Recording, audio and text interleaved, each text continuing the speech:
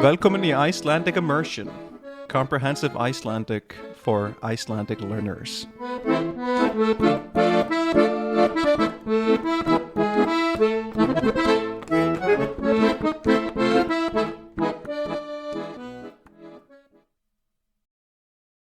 Góðan dag og vertu velkomin í þátt númer 54. Þáttur 54 komin hérna. Í dag datt mér í hug að tala eitthvað sem að flestir sem að læra eitthvað hafa kannski áhuga á að vita. Ég hef gert fullt af þáttum sem að fjalla það hvernig maður getur fylgst með því hvernig manni gengur og hvernig maður ætti kannski að skapa sér viðeigandi markmið fyrir eitthvað eins og að læra tungumál. En þau ykkar sem að eiga, eins og þau ykkar sem að eiga snjall úr vita, þá verður allt í einu nokkuð gaman að vita allt sig sem maður hafði ekki pælt í áður. Eins og að vita hvað tók ég mörg skref í dag, hvað tók ég mörg skref í gær, í allri vikunni, hvað púlsinn minn núna? Var ég með hærri hvíldarpúls í nótt heldur en venjulega? Og svo framvegis. Það sem þetta snjall úr að gera að meta stöðuna á þér. Snjall úrið nær að mæla fullt af hlutum þig og safna upplýsingum sem að einhvers konar snjallforrit nær svo að sýna þér. Þú færð að sjá það svart á hvítu hvað í gangi hjá þér. Hver staðan á þér? En það sem svo sniðugt með þessi snjallúr að þau ná að mæla hluti sem mælanlegir á hlutlægan máta. Hlutur eins og slög á mínútu, hversu hratt hjarta þitt slær. Það ágætlega einfalt að mæla það ef þú ert með réttu tækin til, en þá líka mjög létt að reikna það út. Þú sér hvað það langur tími á milli slaga og reiknar það svo út frá því hvað þetta þá mörg slög á mínútu. Það ákveðin mæli eining. Ef við ættum að mæla hitastigið þitt, þá við með mæli einingu fyrir það. Á flestum stöðum í heiminum annað hvort notað mælikvarða sem heitir Celsius eða Fahrenheit, nefnd eftir vísindamönnum sem sköpuðu leiðir til þess að mæla hita, en þá það hlutlæg leið til þess að mæla eitthvað og með græju eins og snjallúri þá getur hún mælt þig jafnóðum, concurrently or ongoingly, og sagt þér hver staðan á þér Snjallúrið getur metið stöðuna á þér með því að mæla mælanlega hluti á hlutlægan máta in an objective manner. Af hverju ég að tala svona mikið snjallúr? Því við vildum gjarnan geta metið stöðuna á okkur jafnóðum í fleiri hlutum en þeim sem snjallúrið getur mælt fyrir okkur. Getum við mælt hvort við glaðari í dag heldur en fyrir viku síðan?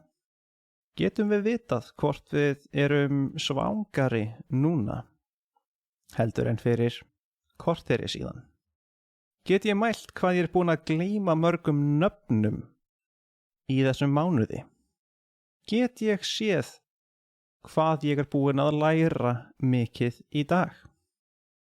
En sem komið er eiginlega ekki hægt að mæla þetta. Sumt af þessu sem ég nefndi eru hlutir sem væri kannski hægt að mæla á hlutlægan máta út frá eins og hormónum og kannski eftir 50 ár verður hægt að mæla það hversu hratt við gleymum hlutum með því að skoða taugakerfið okkar beint. En við erum ekki komin þangað ennþá. Annarkvort einhver líffræði tengdur hönnunargalli í því hvernig við getum mælt þessa hluti, eða þá að þeir eru ekki hlutlægir, heldur huglægir. They are subjective rather than objective. Literally, they are psyche-laying rather than object-laying. Huglægur, hlutlægur. En hvernig eigum við þá að fara að því að mæla hluti eins og hvað erum við að ná að læra? Eða hvað ég búin að ná að læra mikið? Því ég hef talað fullt af hlutum tengt því að mæla árangur sinn og hvernig maður gæti reynt að gera tölfræðilega hlutlæga mælingu á því hvernig manni gengur. Eins og til dæmis að telja hversu mörg orð maður búin að læra í gegnum einhvers konar lista. En þá eins og ég var að tala í síðasta þætti, þá gleymir maður svona hlutum stundum og þá tapast hlutir kannski. Og hvernig ætlar þú að mæla það hversu miklu þú gleymir? Það einmitt ekki hægt ennþá. Og þó þú kunnir eitt orð í einni mynd, segjum að þú lærir að orðið hestur þýðir, hestur. En hver þá þessi hests? Kanntu orðið í öllum föllum? Kanntu fleirtölumyndirnar? Veistu örugglega hvað kynið og svo framvegis og svo framvegis. Orð flækjast þegar að málfræði blandar sér í málið. Þannig að það gengur ekki alveg heldur. Eða allavega flækist þetta að geta mælt árangur sinn svona. En það eru til staðlaðar leiðir til þess að meta stöðuna á sér, hvernig manni gengur að læra sérstaklega tungumál. Frægasti staðallinn tungumálakunnáttu eitthvað sem heitir CEFR, stuðullinn, skalinn, prófið, hvað sem við myndum kalla það, en þetta stendur fyrir Common European Framework of Reference for Languages. Þetta það sem átt við þegar þið heyrið einhvern tala að kunna eitthvað tungumál upp að A1, A2, B1, B2 og svo C1 og C2 og jafnvel stundum C3. Það mjög erfitt að reyna að flokka eitthvað flókið eins og tungumálakunnáttu í svona fáa flokka, í þetta fá stig. Varð til þörf á því að geta gert þetta. Líklega þetta byggt á því að við lærum tungumál á mjög svipaða máta. Það rannsökuð staðreynd að við tökum mjög svipaða málþroska og tökum svipuð málþroska skref á nýjum tungumálum eins og þegar við lærum fyrsta málið okkar. Og jafnvel þó að við sem fullorðnir einstaklingar vitum að það til eitthvað sem heitir skref 4, þá getum við ekki hoppað yfir skref 2 og 3 til að fara beint í skref 4 í erfiðleikastigi í eins og setningamyndun á nýju tungumáli. Við verðum að fara í gegnum skref 2 og 3 ef við ætlum í rauninni að kunna málið. Þannig að það er hægt að réttlæta það að þessi skref sem eru tekin og þessi þrep sem eru skilgreind af þessum CEFR vísi séu til og virki á þann máta. Þannig að við gætum kannski skoða þetta nánar. Ég veit ekki hvort þú hafir kynnt þér það hvernig þessi þrep eru skilgreind, en þau gefa nokkuð góða leið til þess að sýna hvað maður kann á ákveðnu máli og kannski séð hvar maður þarf að bæta sig. Þannig ég ætla að þylja upp hérna þau atriði sem að eru skilgreiningar atriði fyrir hinn ákveðnu skref innan CEFR vísisins og þú á meðan þú hlustar kannski hugsar þig hvort þú getur gert þessa hluti sem ég nefni. Ég ætla ekki að sundurliða þessi þrep á milli til dæmis A1 og A2. Ég tek allt A-þrepið saman og svo allt B-þrepið saman og svo upp í C. Ástæðan fyrir því er að það eru ekki öll tungumál sem að eru með jafn skýr mörk á milli eins og til dæmis C1 og C2. Að jafnvel sé bara til innan gæsalappa C1 þrep innan ákveðins máls og að sum mál fari alveg upp í C3. Ef ég man rétt þá er enskan dæmi tungumál sem að er með C3. En þá erum við farin að tala hvort fólk kunni að tjá sig á akademísku máli þannig að þau tali reiprennandi forngrísk og latínu tengd orð sem eru varla í notkun ennþá. Það er eitthvað fyrir sérfræðinga innan sérfræði. Þannig allavega, ef við byrjum á að skoða hvað þarf þú að geta til þess að kunna tungumál á A-stigunum, þá byrjum við á þessu.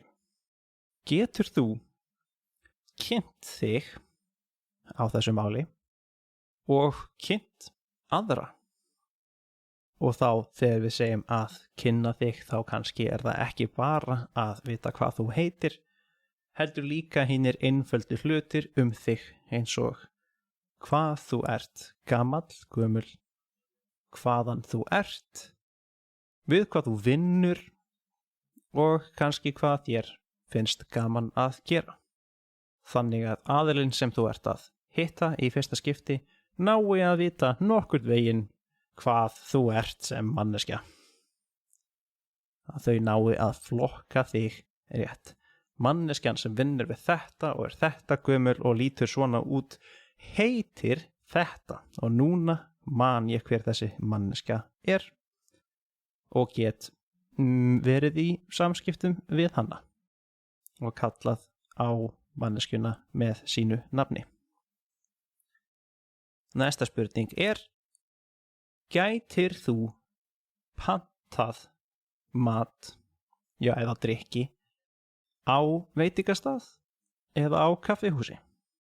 Gætir þú fengið það sem þú vilt í gegnum verslun þar sem þú verður að tjá þig til þess að geta fengið það sem þú vilt? Næsta atriði: getur þú spurt einfaldar spurningar og gætir þú svarað einföldum spurningum?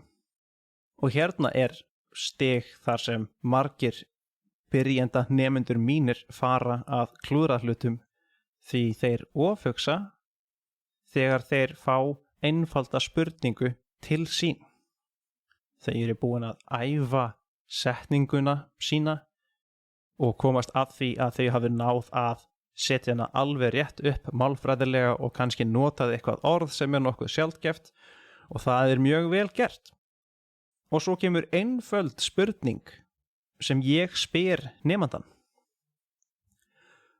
Og nemandinn frýs því hann hefur hreinlega aldrei heyrt þessi orð sett saman á þennan máta og ekkert viss hvað hann ætti að segja. Þetta spurning eins og hvar áttu heima? Hvar býrð þú? Hvað finnst þér gott? Hvað finnst þér gaman að gera?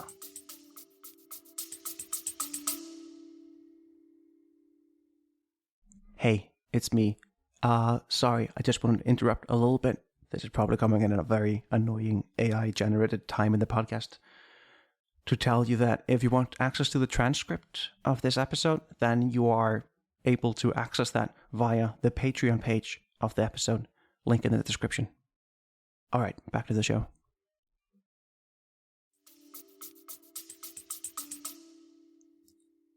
Þetta allt spurningar sem að tengjast þessu sem ég nefndi með kynningarnar.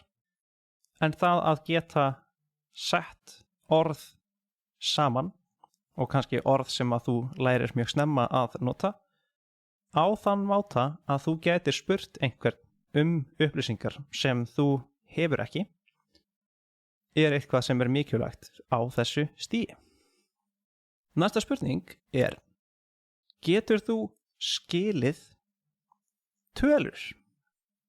Þá tölur, dagsetningar, tíma eins og klukku eða verð eins og hvað hlutir kosta þegar það talað nokkuð skýrt.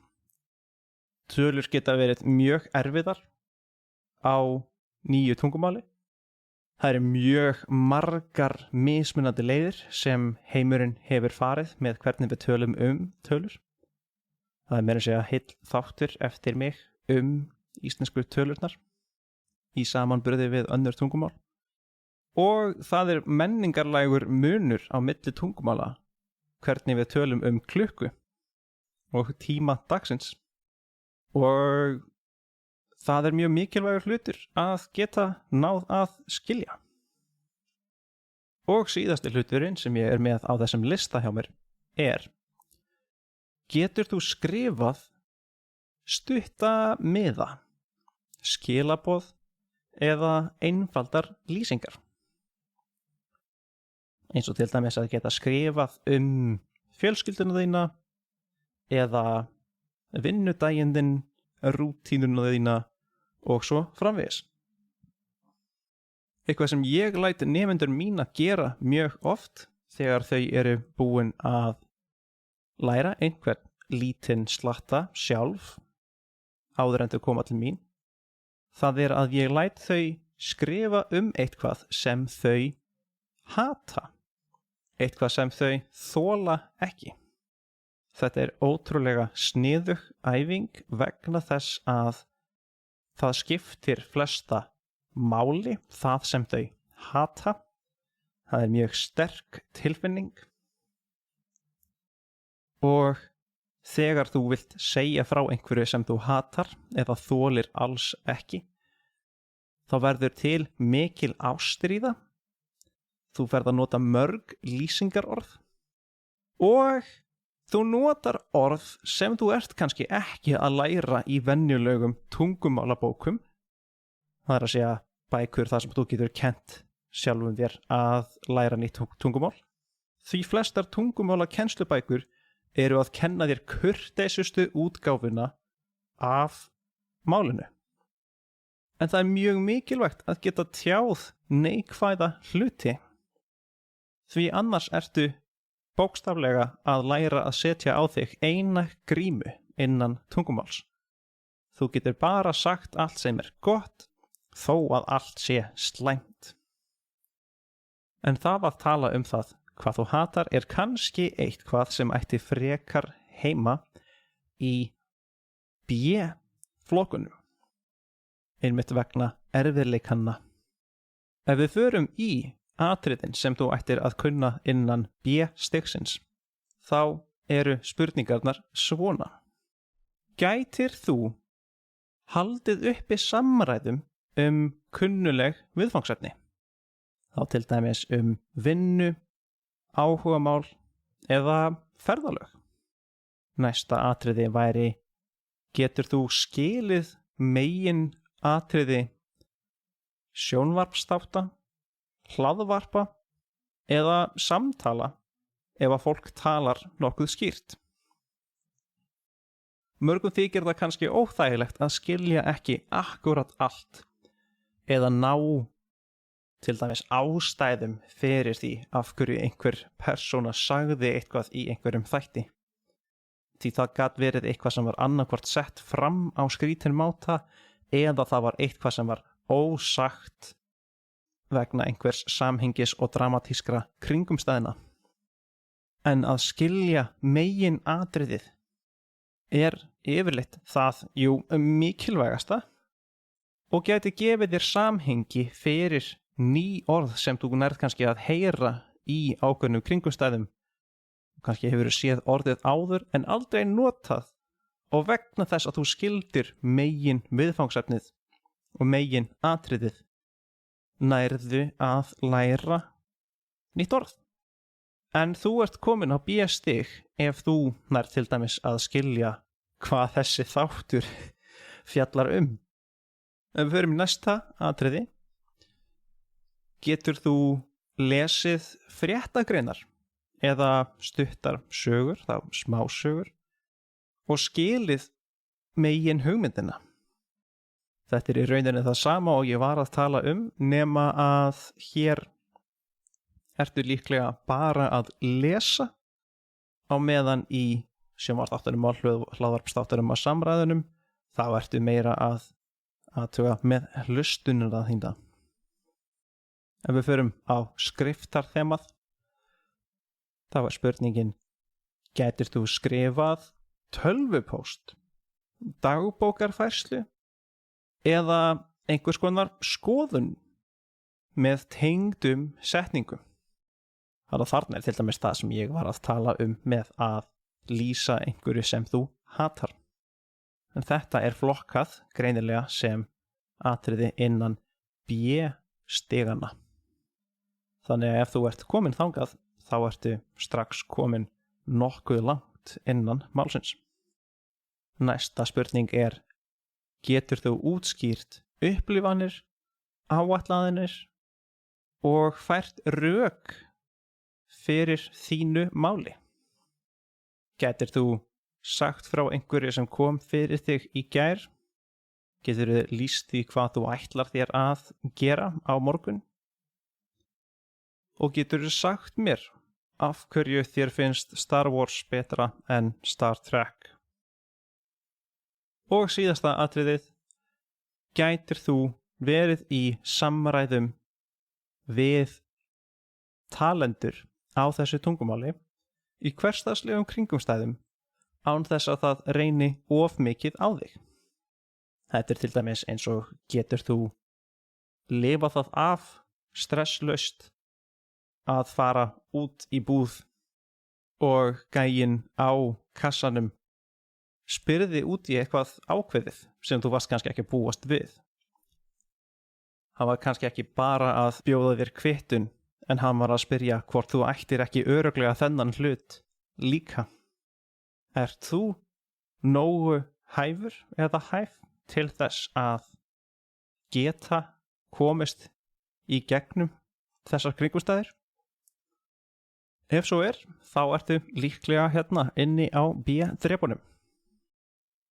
Og ef við förum núna að skoða síðustu þrepin áður en ég tek upp allt of langan þátt hérna, þá förum við í gegnum C-þrepin og spurningarnar eru beint: gætir þú fylgt eftir löngum samræðum, fyrirlestrum eða bíómyndum án mikils erfiðis, jafnvel þó það sé talað hratt eða það eru notuð einhver slettu orð eða slangursorð. Gætirðu lesið flókna texta eins og bækur, skáldsögur, vísindagreinar og náð eins og smáatriðunum og tóninum í textanum sem þú ert að lesa. Getur þú tjáð þig reiprennandi og skyndilega og talað eftir ákveðnum tóni, eins og til dæmis að tala á formlegri máta frekar heldur en óformlegri máta og öfugt. Þetta eitthvað eins og þú getur til dæmis reynt að segja frá deginum þínum á mjög formlegan máta, eins og til dæmis að þú ætlar að færa rök fyrir því við yfirmann þinn að þú sért búin að gera mjög mikið yfir daginn og að þér hafi tekist að gera þetta. Og reyns og kannski að segja það sama eins og þú sért að kvarta við makandinn hvað það var ótrúlega mikið sem þú náðir að gera í dag og að þess vegna sértu svona þreyttur eða þreytt. Næsta spurning getur þú fært bein rök fyrir málefni, komið með mótrök gegn málefni eða útskýrt abstrakt hugmyndir á skýran máta. Og það síðasta hérna, nærðu þú að skilja grín, máltæki og menningarlægar vísanir án þess að þurfi endilega að útskýra mjög mikið. Þetta síðasta nokkuð erfitt að ná innan máls af því að það ekki hægt að læra þetta í bókum eða í kennsluefni. Þetta þarf eiginlega alltaf bara tíma. Að vera innan máls í nógu langan tíma til þess að rekast á eitthvað skrítið máltæki sem birtist og þú veist ekkert af hverju þau segja þennan hlut. En vonandi meikar hluturinn sens og kannski átt þú eitthvað álíka skrítið máltæki á þínu tungumáli sem að segja það sama en bara notað í öðrum orðum á nýju máli. Sem dæmi að slá 2 flugur í einu höggi íslenska útgáfan af To catch 2 birds with 1 stone. Þannig að hér gætir þú, kæri hlustandi, staldrað aðeins við og spurt þig hvort þetta sem ég nefndi og þetta sem ég spurði sé eitthvað sem þú getur yfir höfuð gert. Og ef þú rekst á stað þar sem þú sérð að þú getur ekki einhvern af þessum hlutum, þá þýðir það að þú búin að finna stað sem þú getur mögulega æft þig í. Þá getur aðlagað þín markmið innan tungumála lærdómsins af því að ætla að ná að gera þennan hlut af því að þér finnst það skipta þig máli að þú getir það. En þetta þá ein leið til þess að meta stöðuna þína. Passar þú inn á eitthvað af þessum ákveðnu þrepum samkvæmt þessum skilgreiningar dæmum? Nú ég í alvörunni að ná upptökumeti. Ég að fara að snerta 40 mínútur í upptöku. Sjáum til hvað ég hef langar pásur á milli setninganna. Ég held að ég prófi að hafa aðeins lengri pásur inni á milli, eins og til dæmis spurninganna, til þess að þú fáir tíma til þess að spyrja þig hvort þú getur þennan hlut og kannski pásað þáttinn inn á milli. Þannig ég hef enga hugmynd hvað þessi þáttur verður langur þegar þú ert núna að hlusta á hann. En allavega, ég ætla þó ekki að hafa þetta lengra í dag. Ef þú hefur náð svona langt inn í þáttinn, þá þakka ég þér fyrir að hlusta. Og þangað til næst. Takk og bless. Hello again, it's me. Now, in the wrong language, I just wanted to let you know that if you're interested in seeing a transcription of this episode that you just listened to, or any of the other episodes, then that's available to you through my Patreon page. That's going to be within the Linktree link that you're going to see in the description of this episode. So if you're interested in finding the Patreon page, the Facebook page of the show, or even my teaching page on italki, then all of that's going to be found underneath that little umbrella that is the Linktree link there.